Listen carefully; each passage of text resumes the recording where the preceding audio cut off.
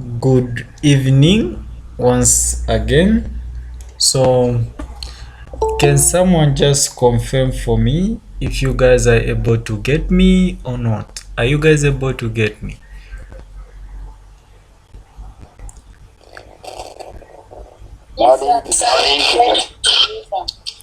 All right, thank you very much. So, if you look at my animation in today's class, you can see someone who is skating. So as they were skating, he had to hit into a stone, and unfortunately they had to fall. So we normally experience these things. You might be in a car moving, you are in a car, maybe you are the one driving or someone is driving, and all of a sudden the driver presses on the brakes, and you find that instead of you being in the same position, you'll be more like trying to move a little bit forward. So it's not something that happens willingly, but it's something that happens naturally without your control. Even when you are running, you have some challenges in terms of stopping because of the same thing. So in physics, there was this great man called Newton. So Newton is the one who had to come up with certain suggestions concerning the motion of objects. So in today's class, I'm simply going to explain on Newton's laws of motion.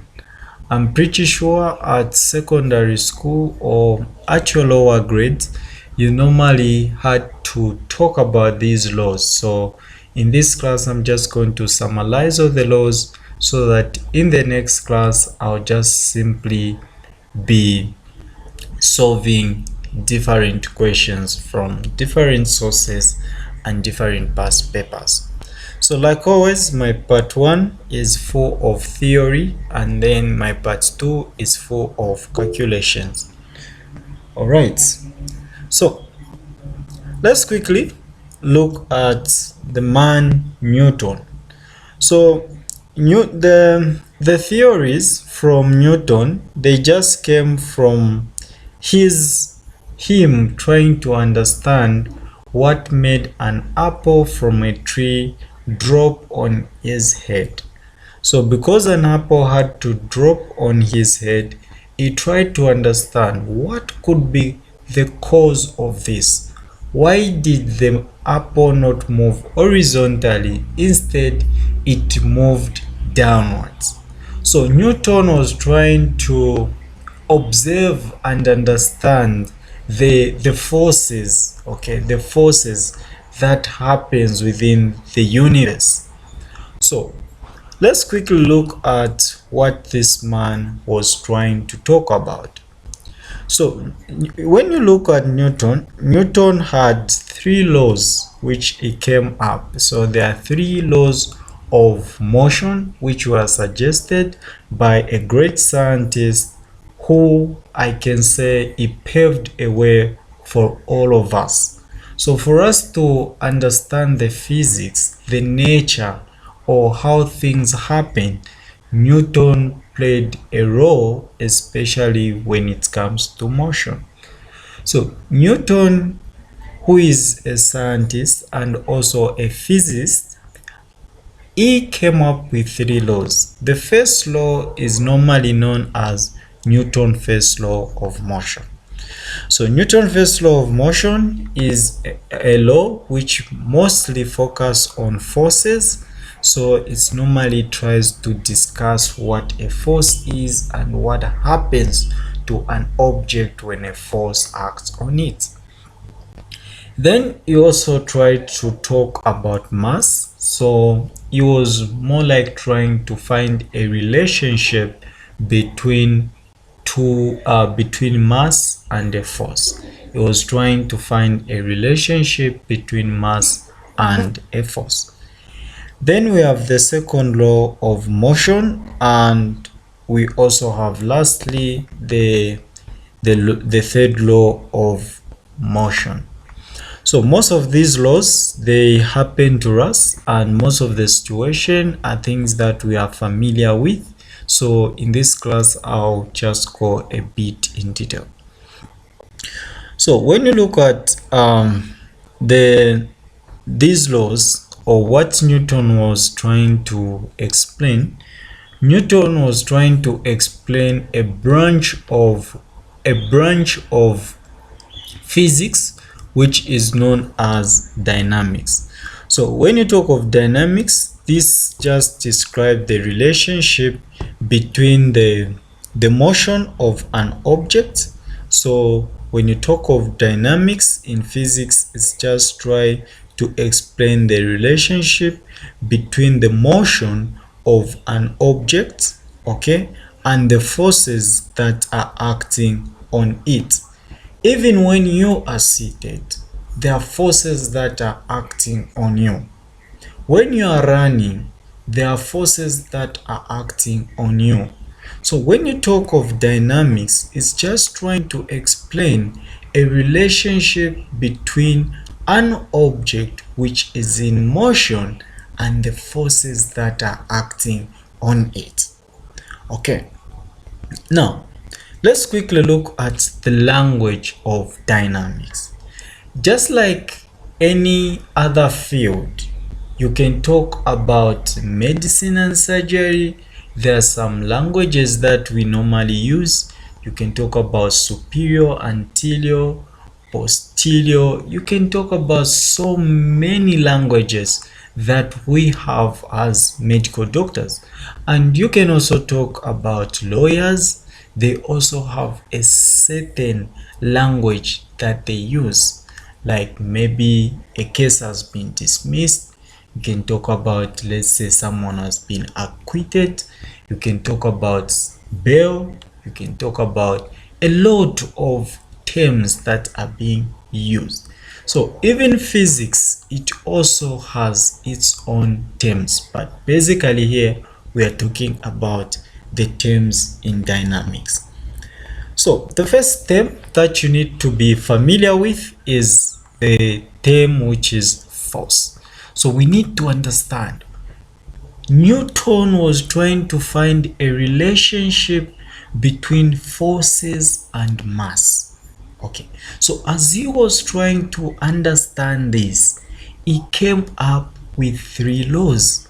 Now, in as much as we are trying to understand these 3 laws, we also need to understand the terms that we are going to encounter. The first term is a force. So a force is just the measure of interaction between 2 objects. So it is a measure of interaction between 2 objects. Let's say the way I'm seated. When you talk of forces acting on me, I can talk about the force of gravity, I can talk about the normal force, okay? I can also talk about my own weight, which is acting on me. So this is just trying to talk, a force is just something which is trying to help us understand the interaction between 2 objects. So in simple terms, a force is just a pull or push. A force is just a pull or push. When I'm seated on my chair, I am exerting a certain force on that chair. And the chair is also exerting a force in an opposite direction. So the reason why you are seated and you're not falling down, it's because the force acting on you is equivalent to the force that you are acting on the chair. So the force from the chair, which is helping you to be stable, is equal to the force which you are exerting on that particular chair. That's why the chair is not breaking. Okay, it is in equilibrium. So when something is in equilibrium, it is not in motion. That simply means that the net force is what? Is equal or is equal to zero. Now, a force is just an interaction. But one thing we need to understand is that this force is a vector quantity. So a force is a vector quantity. So when you talk about a vector quantity, that simply means that it has magnitude and it also has what? Direction. A force is a vector quantity because it has the size and also the angle or the direction. So as we make the calculations, we need to take note of these two things. Another term that we need to look at is mass. So when you talk of mass, mass is the measure of how difficult it is to change the object's what? Velocity. How difficult it is to change an object's velocity. Look, when you are driving and then maybe you see another car in front and you try to press on the brakes, all of a sudden you see yourself going forward. That's why in most cases, people who do not put on the seat belt, they normally find themselves outside the window of a car. Why? Because as the car is moving, you are moving at a certain velocity. Now, when those brakes are being placed, your own body will be trying to resist change in that what? In that particular direction or at that particular moment. When the car you are driving is moving at, let's say, 20 kilometers per 20 kilometers per second, let's say the acceleration is maybe at 20 meters per second squared. So you need to understand that even your own body is moving at that particular acceleration. So any change to the motion will make you as an object to try to resist change in motion. It will try to resist change in motion. And this resistance, it's not you doing it, but the body itself. Why? You're having a lot of forces that are acting on you. So these are the two important terms that you need to familiarize yourself with. Now, on the same mass is also said to be the measure of inertia. The measure of inertia. So the measure of inertia is also known as mass. So let's quickly move on and look at forces. So the force is the measure of interaction between two objects. It can also be said to be a pull or push. It can also be said to be a pull or push. When you are pushing something, you are exerting a force. When you are pulling something, you are also exerting what? A force. Okay. Now, this force is a vector quantity, like I have already said. So when something is a vector quantity, that means that it has magnitude. Magnitude is the same as size, and it also has direction, which is also can be said to be the angle. Okay, now this force can be a contact force, which we are all familiar with, or a field force. A contact force, which we are familiar with, or a field force. Then a contact force is just as a result of physical contact between objects. So when two objects are in contact, there is that force which they exert on each other, and this is known as the contact force. When you are pulling something, that's a contact force. When you are pushing something, that's also a contact force. So the force can be a contact force or a field force. So for a field force, this is just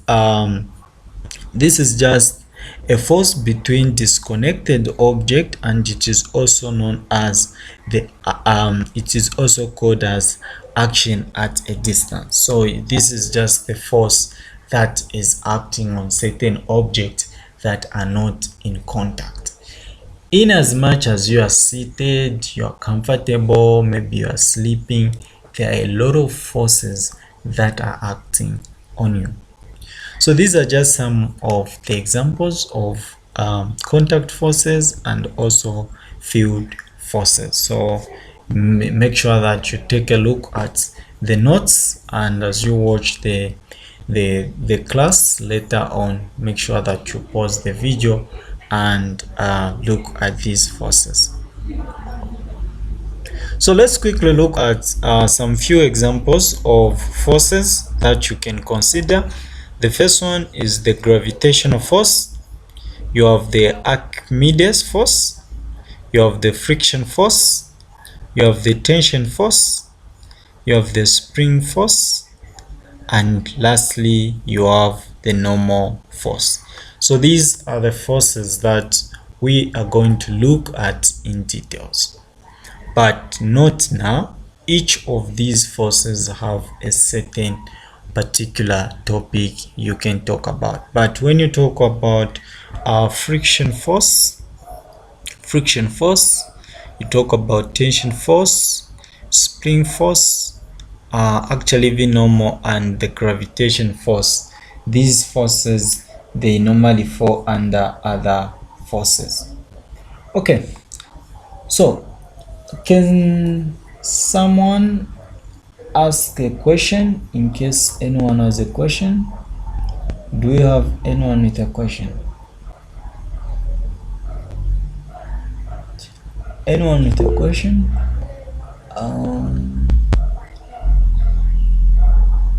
Yes, Florence, what's your question? Sir, I'm a bit behind about field force. Try to explain about field force. A field force is a force which takes place when objects are being disconnected.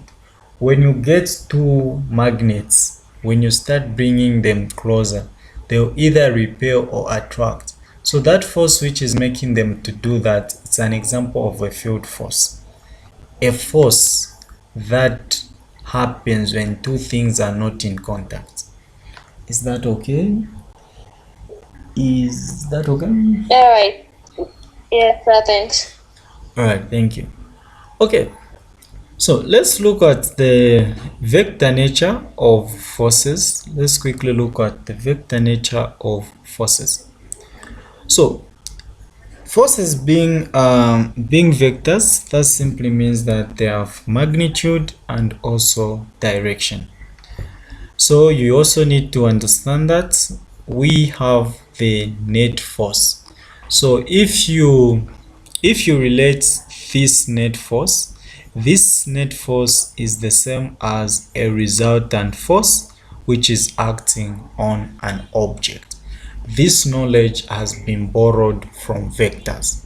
So for those who missed the class on vectors, please make sure that you go and watch that class, which I'll share the link. So a net force is the same as a resultant force. And this resultant force is simply acting on an object. Now, when you talk of a net force is the summation. So this sign is just simply talking about the summation. A net force is a summation of all the forces that are acting on an object.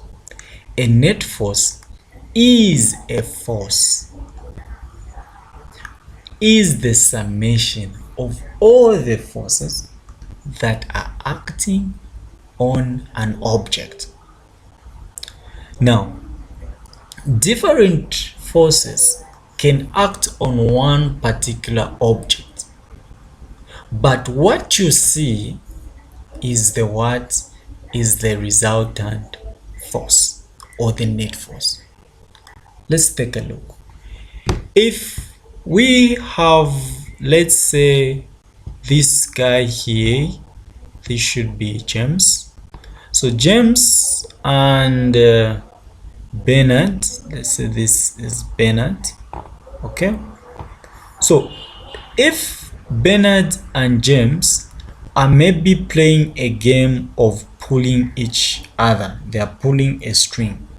So if you find that Bernard pulls James toward this direction, what you have seen is the net force, the power which Bernard has, which is greater than what? Than James' power. Or what I'm trying to say is that the force which James is exerting is greater than the force which Bernard is exerting is greater than the force which James is exerting. So what you see is the resultant force, but these two have exerted different forces. So a resultant force is just a summation of all the forces, and it being a vector quantity, you need to understand the direction in which that force is acting on. So you must use the rule of vectors in order for you to find the net force. So like I've already stated, the forces or the net force is a vector. Forces are vectors.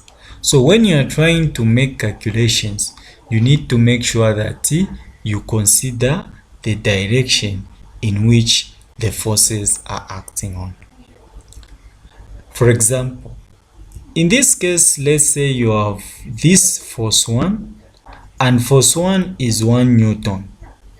And then you have force 2. Force 2 is 2 Newtons. So if you observe the summation of these two forces, when force 1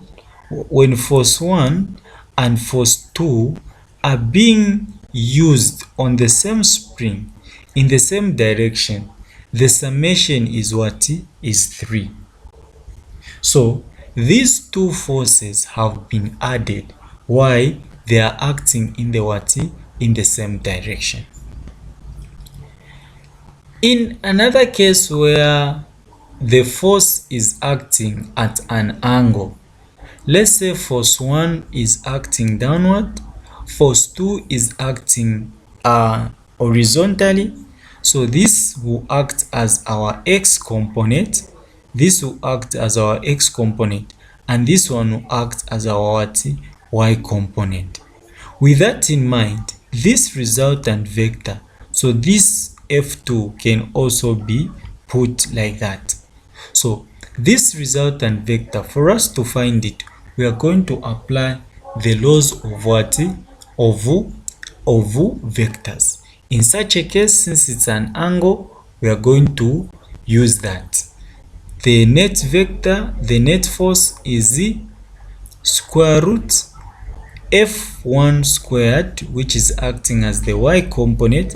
So this one is the y component, and then you have the x component, which is this one as your x component. So when you put 1 squared plus 2 squared, so here there will be what? This will be 1 squared plus 2 squared. So when you work out that, it's just simply going to give you what? 2.24 Newton. So the reason why we have used this formula is because this has been acted at an angle. This has been acted at an angle. But for this one, the summation was 1 plus 2 equal to what? 3 Newton. The reason why we had to put 3 Newton is because these were not acting at an angle and it was in the same direction. On the other hand, this guy was at an angle. So to find the direction, or theta, you can just simply say theta is equal to tan inverse of y component over x component. It can be modulus, and when you plug in that, it will simply give you that as your angle. So if you look at this angle is a negative. The reason why it's a negative, it's because we did not consider the issue of modulus, but we'll go in detail when we do our calculations. Okay, then let's quickly look at Newton laws of motion individually. But before we do that, I would love anyone with a question to ask so that we can move at the same pace. Is there anyone with a question? Anyone with a question? Okay. Yes, Chimpunka, what's the question? If I'm a bit behind on the calculations, can you repeat that? Okay, so on the calculations, I would advise you to do vectors, but I will explain more when I get the examples. So don't worry about the calculations. I'll get examples in the second lecture class. I will just be solving, so you understand from there. But in the meantime, you should also go and check up on vectors. Is that okay? Is that okay? Okay, okay. Okay, all right. So let's move on and look at Newton's first law of motion. So Newton's first law of motion is that an object at rest will remain at rest, and an object in motion will remain in motion with the same speed. With the same speed. If you leave a stone in your room somewhere, you shall find that stone there. If you leave your phone in your room, on your table, on your desk, you go somewhere, if nothing or no one has touched it, it shall remain in that particular position until you come. So according to Newton's first law of motion, it states that an object will remain at rest, or an object will continue being in motion at the same speed and in the same direction. Remember, same speed, same direction, unless it is acted upon by unbalanced force. Unless it is acted upon by an external force. So the only thing that can change an object motion is another force. A stone shall remain as a stone wherever it is unless a force acts on it. A book will remain on your desk as it is unless something acts on it. Your phone will remain as a phone wherever it is unless a force acts on it. Now, with that in mind, we can just simply say that an object at rest will remain at rest as long as there is no net force. The only thing that can make an object to move is when there is a net force, the resultant force. So an object which is at rest shall remain at rest as long as there is what? No net force acting on it. Now, an object moving with a constant velocity shall continue to move in the same speed and same direction as long as there is no net force. So an object which is moving at a constant speed will forever be moving at a constant speed unless a force acts on it. That's when it can change. Okay. In short, what we are saying is that anything will keep on doing what it is doing unless it has been influenced by something else. If someone is not studying, they won't make it unless they study more. So even the law of motion, the first law of motion, according to Newton, an object shall remain at rest unless another force acting on it. Same applies to the object which is moving. So if you look at the guy down there, that guy is moving in motion. The car and the guy are moving in motion. The only thing that made that guy to find himself outside the car, it's because there is a force that had to stop his car. Now, him did not put on a seat belt. He found himself outside the car because his body was trying to resist change to his motion. The same acceleration which the car was moving at is the same acceleration which he was also moving at. So when this accident took place, he was trying to resist motion. Okay, with that being said, we can still talk about the same thing, and this is the reason why you are normally advised to put on a seat belt when you are moving using your car. Why? When your car is moving at 80 km per hour, your body is also moving at 80 km per hour. So please put on your seat belt as you enjoy yourselves in those nice cars. Okay, we are still with Newton, first law of motion. So one thing we need to understand that when forces are balanced, the acceleration is zero. That's why there is a word unless it is acted upon by unbalanced. Not a balance, but unbalanced. Why?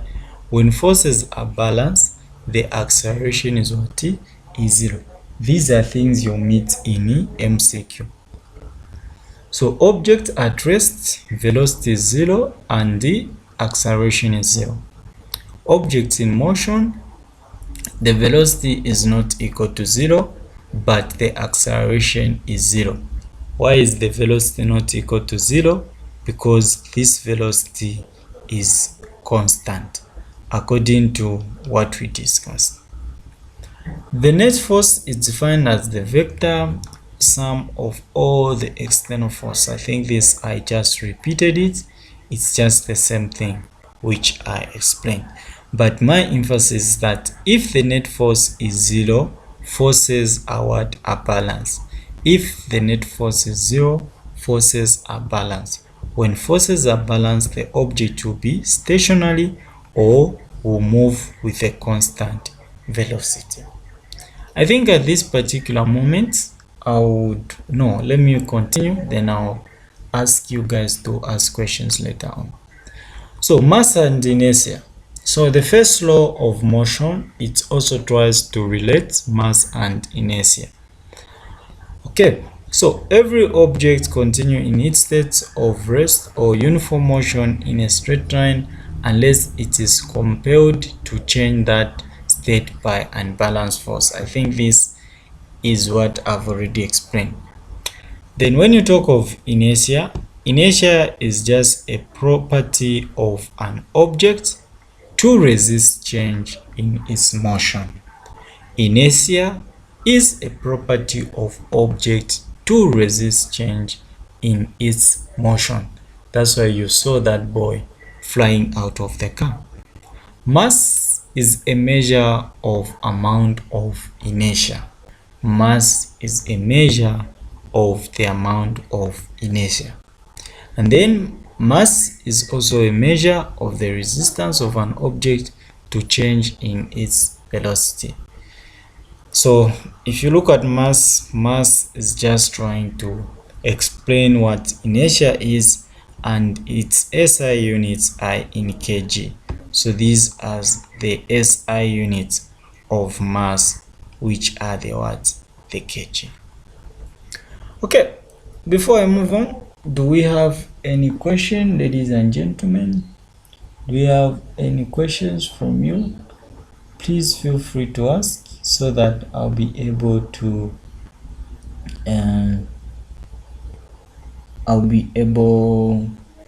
respond.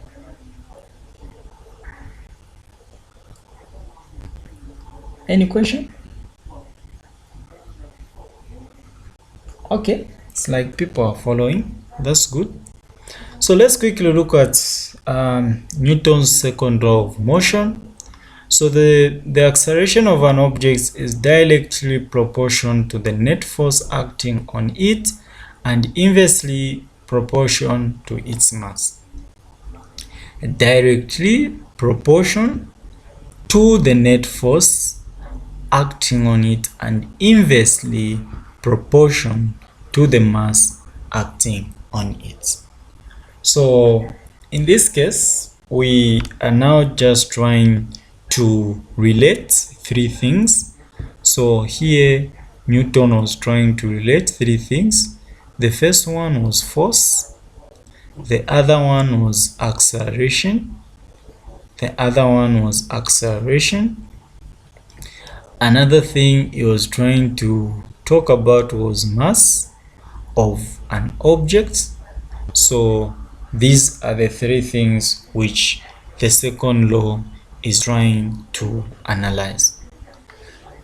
For example, when you use a spring, this will be explained more during your lab practicals in case you are going to have this.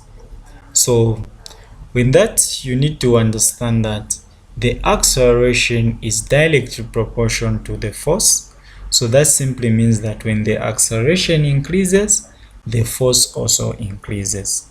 And inversely proportional to the mass, that simply means that when the mass increases, the acceleration decreases. When mass increases, acceleration decreases. When the force increases, the acceleration increase. So in this case, this is just the formula you can use. In short, what we are just simply saying, force is equal to mass times acceleration. Force is equal to mass times acceleration. Ladies and gentlemen, these are formulas we are going to use. Okay, let's move on and talk about the units of force. So, according to Newton's second law of motion, you need to understand that the net force, which is the summation of all forces, is equal to mass times acceleration, which I've already explained.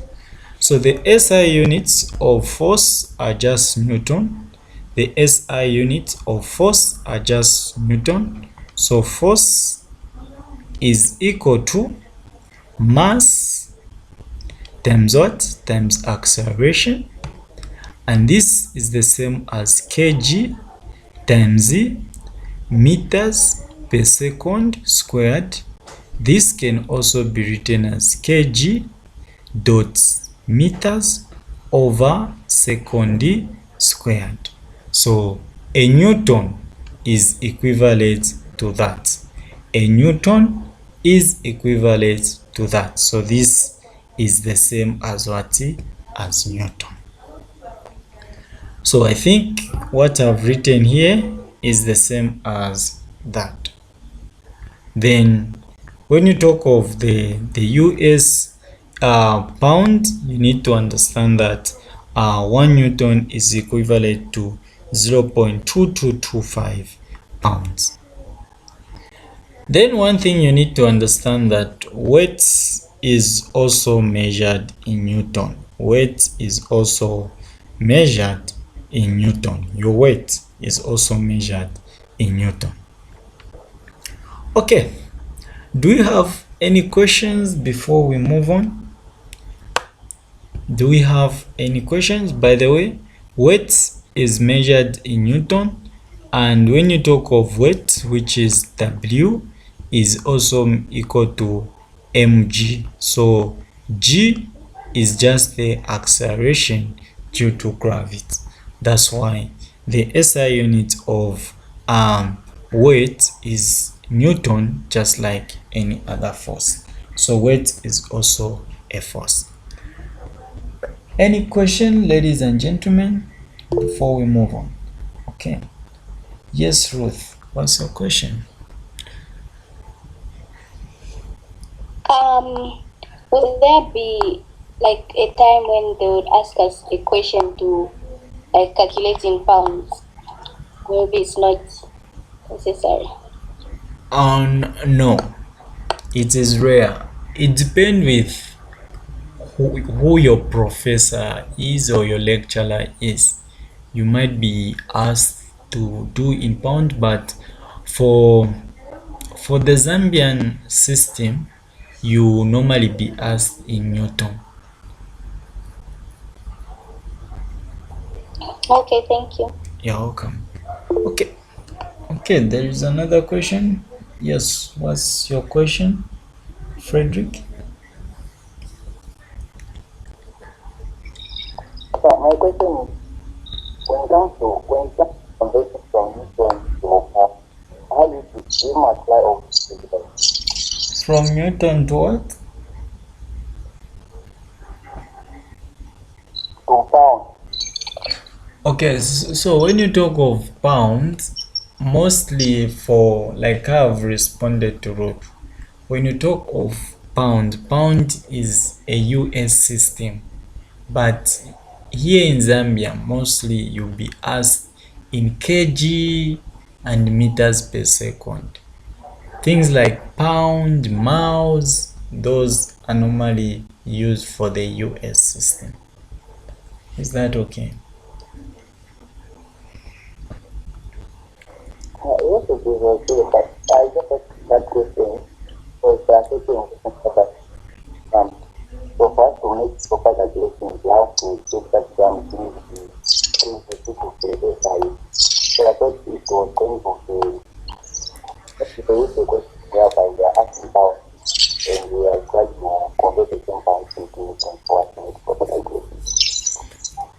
So if a question is in pounds, you automatically need to change to Newton. Even the formulas, you'll be given some few formulas, not all the formulas, but some few formulas. So you need to utilize that. Okay. So let's quickly look at more about Newton's second law of motion.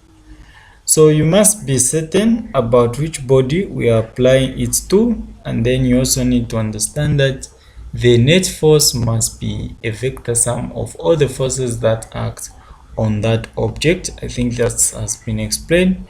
And also all the forces that act on that body are to be included in the vector sum. I think this also has been explained.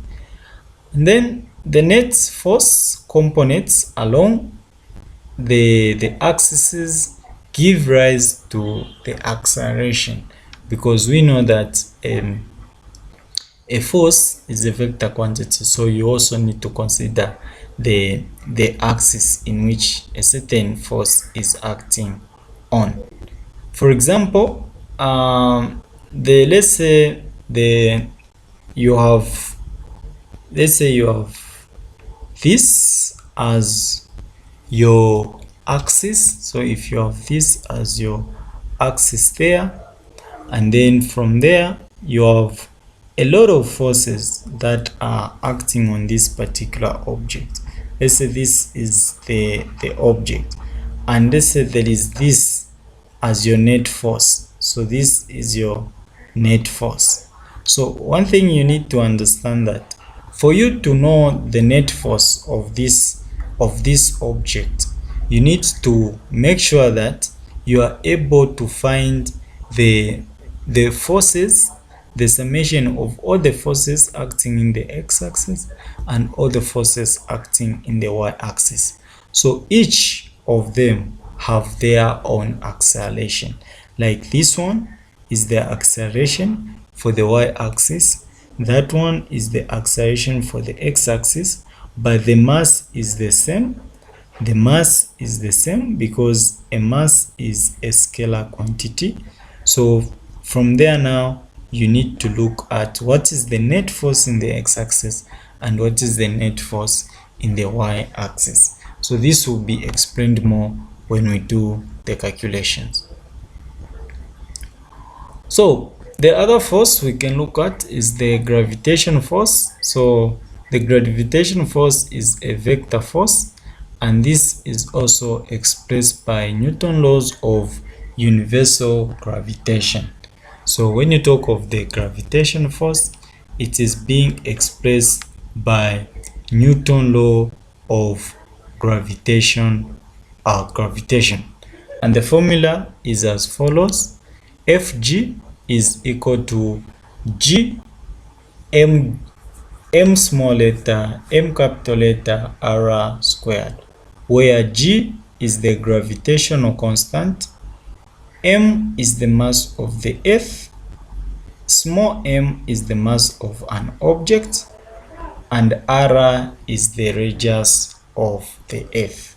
So the values of these guys you'll be given, and you simply understand them more when we do our calculation in our second lecture. Then when you talk of the direction it's normally points downwards. So if you look at this guy who is flying here, there is a force which is acting on him, which is the gravitation force, and this force it's normally points downward. So this is the formula for you to find the gravitational force, and you all need to know it. Okay, do you have any questions on the gravitational force before we move on? Any question? Okay, it's like we don't have a question. Just make sure that you know the formula. Weight, like I said, weight is another force. So when you talk of weight, the magnitude of the gravitational force acting on an object of mass m near the earth's surface is called the weight. In short, weight is the pull of the earth on an object. Weight is the pull of the earth on an object, and this weight is normally measured by saying W, which is weight, is equal to mass of an object times gravity. G can also be found from the law of universal gravitation, and weight as a unit of Newton. So weight as the unit of Newton, and G is constant. You'll be given G, which is 9.8 meters per second squared. Okay, so that's just basically the formula of weight, and I think all that has been explained. But remember, this G is, since G is a vector quantity, that means that the weight depends on where you are. So if you are a little bit closer to an area which is near the equator, there the G tends to increase, but for calculation sake, mostly you'll be given, and this is mostly 9.8. Normal force is another force you need to consider when making calculations. So this force from a solid surface which keeps object from falling, and this one is always perpendicular to the surface. So if this is the object, okay, if this is the center of this object, there is a force acting on it. This force is weight.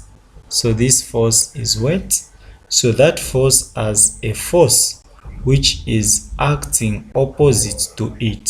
So this force is normally the normal force. So this is a normal force. So the weight is down and the normal force is what?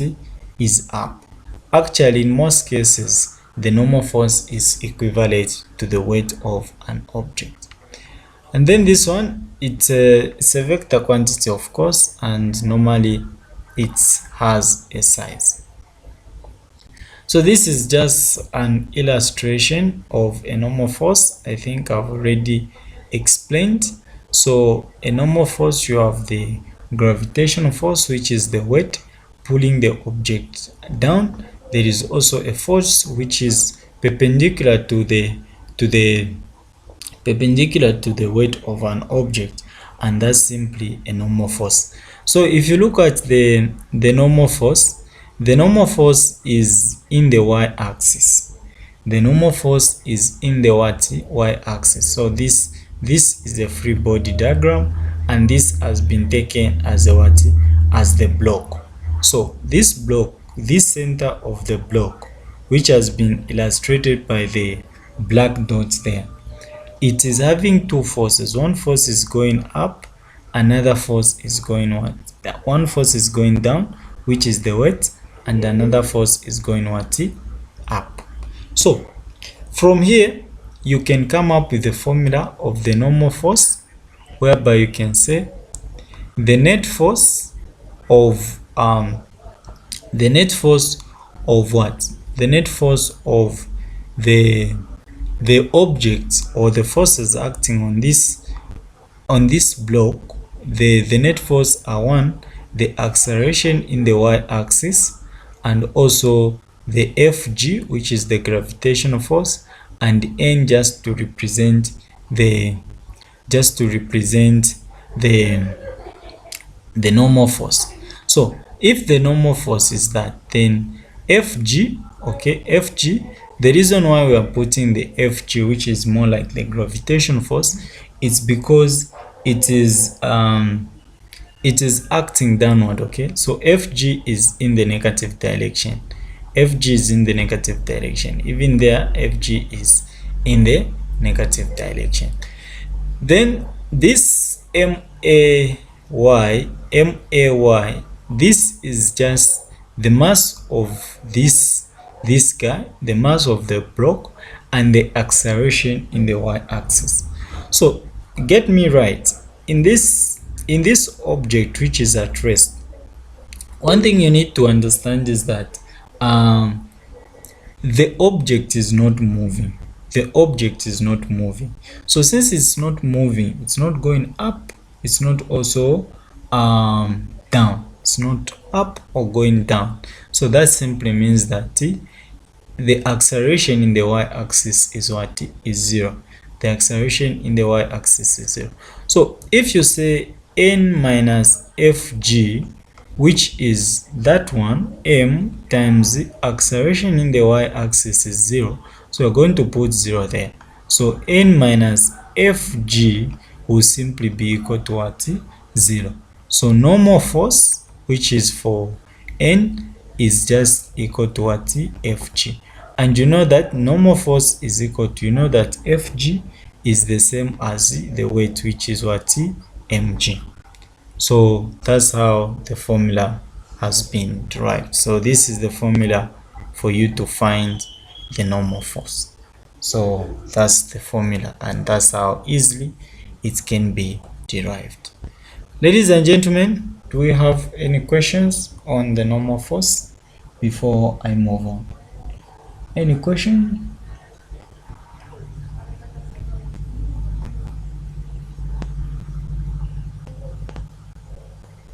Any question? Okay. Yes. Who is this?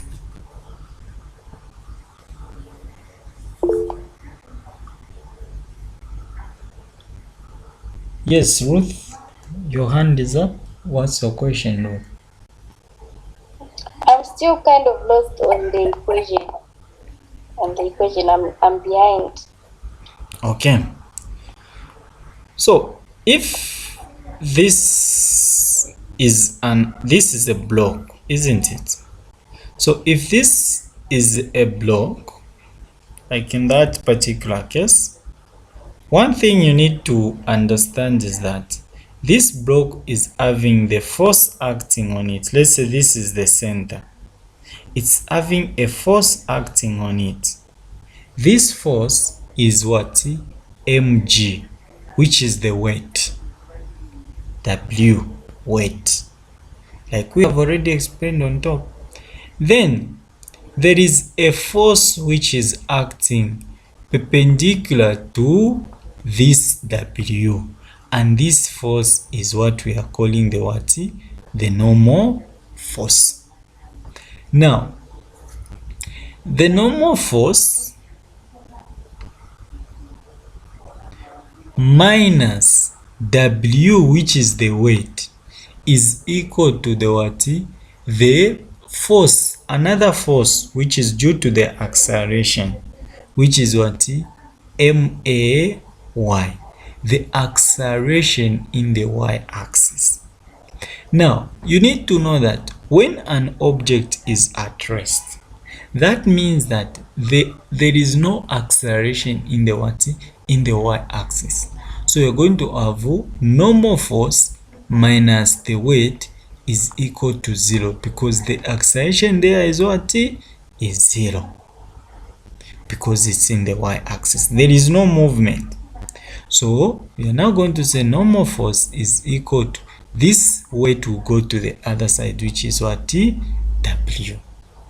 Now you know that weight is equal to what? Mg. Mass times gravity. I've already explained it on top.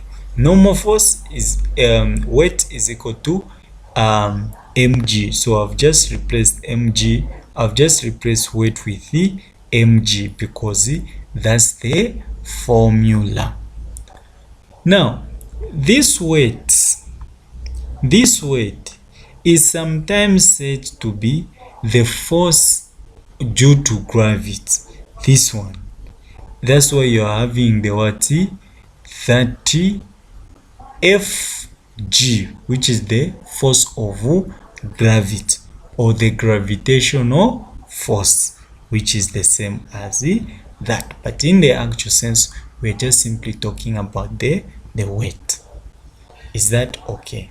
But remember, there are forces, like for this guy here, it is exerting a certain force. Even that part, there is a force which is acting on that, but we won't go in detail on that because there is a special topic called equilibrium. That's where I'll explain more about that. Is that okay, Ruth?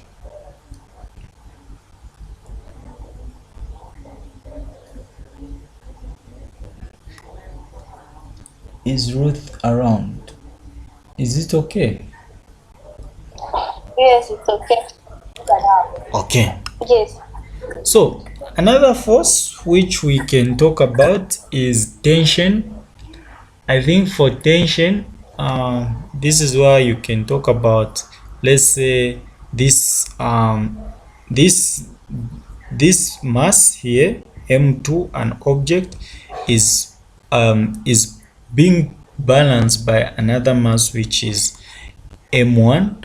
But I think for this part I'll explain more when we talk about equilibrium, and I also explain it more also when we talk of calculation. So tension is just due to the force which is happening in a rope.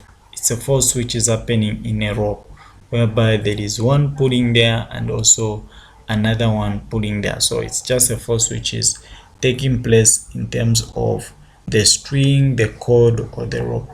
I'll explain more when it comes to calculations. Okay,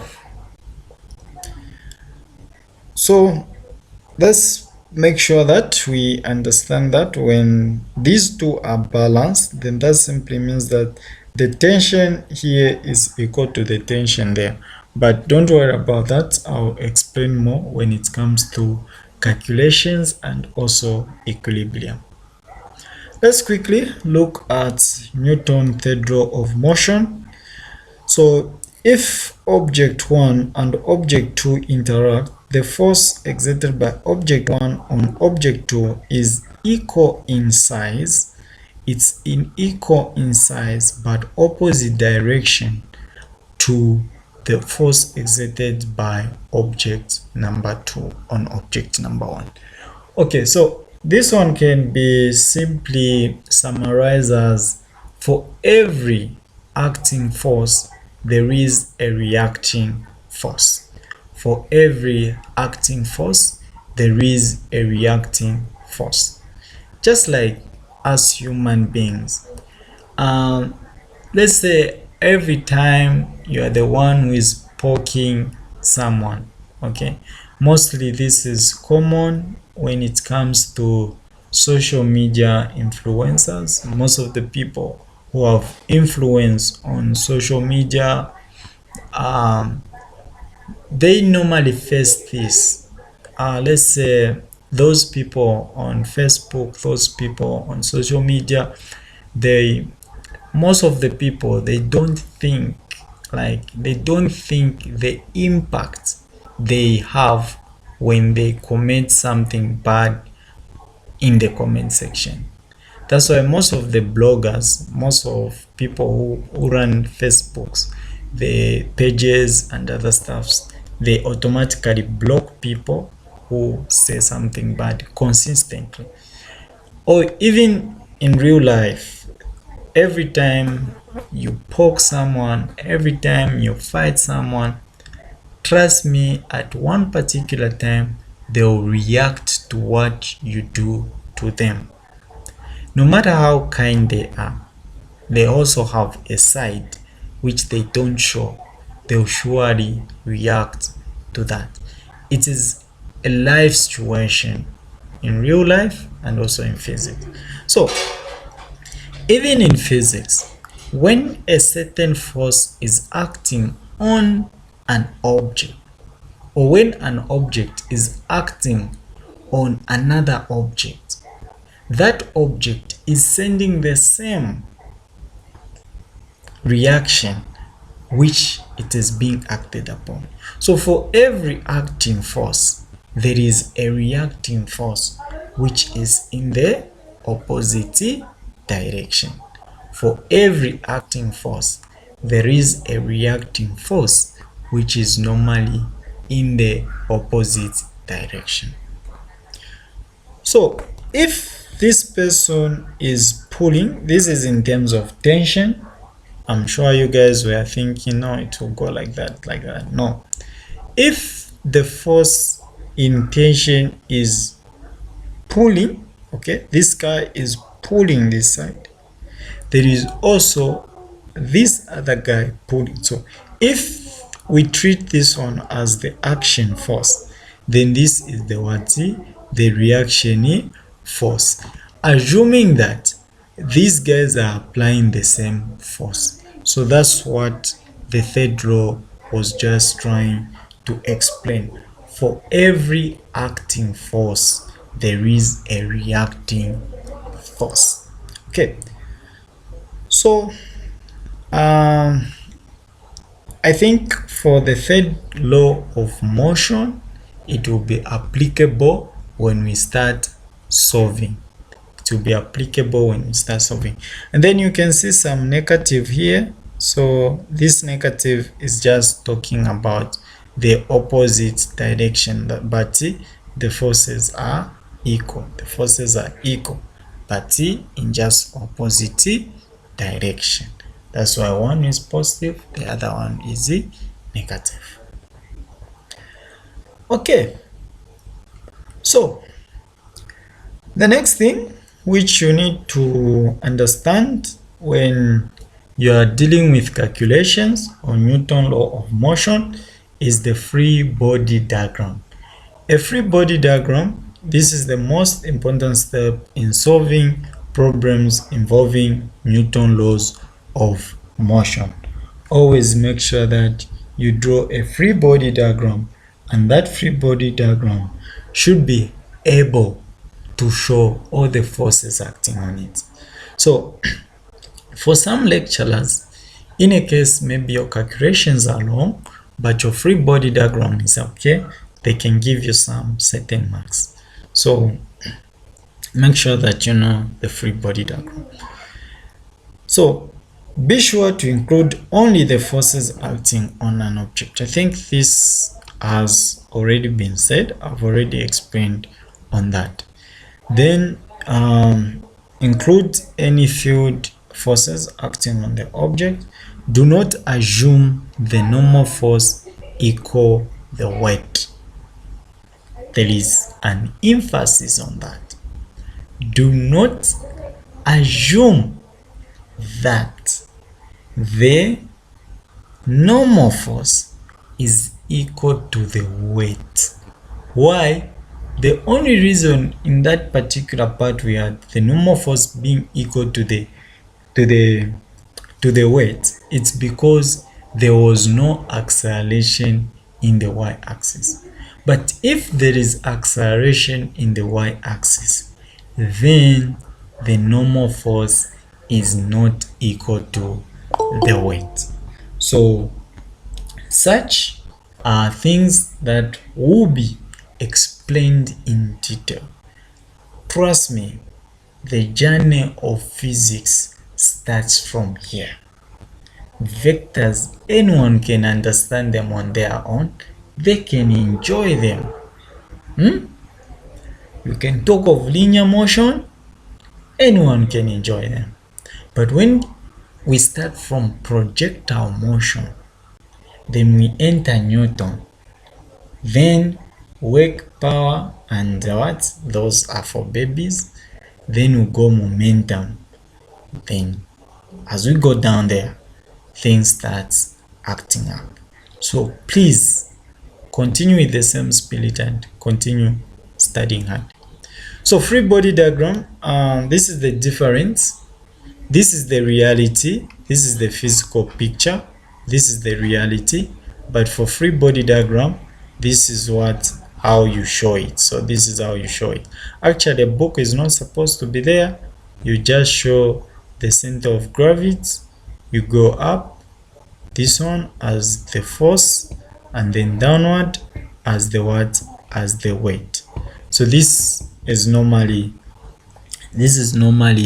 when you are talking about something that is in that particular position, but every object has its own free body diagram depending on the forces acting on it. Okay, hints for solving problems. So make sure that you take note of these hints before the next class. So the next class I'll just be solving, most likely if not tomorrow then the other day, because I'll either do physics or mathematics. Okay, so hints. The first hint is that read the problem carefully at least once. I would advise you to do it twice. Draw a picture of the system, identify the object of primary interest, and indicate forces with arrows. Why are we using arrows? Because forces are vectors. Label each force in the picture in a way that will bring to mind what physical quantity the label stands for. It can be the normal force, it can be the weight, it can be the tension, it can be the frictional force. All that you need to label it. Remember, we'll also talk about the coefficients of friction, because we have talked about the normal force, we have also talked about the weight, so we also need to put in practice the coefficients of friction. All that will come in when we deal with calculations. Draw a free body diagram of the object of interest based on the labeled picture. If additional objects are involved, draw a separate free body diagram for them. Choose a convenience coordinate system for each object. So you need to choose the X or Y axis. Apply Newton's laws, second law of motion. The X and Y component of Newton's second law should be taken from the vector equation and written individually. This often results into two equations and two unknowns because it's a vector.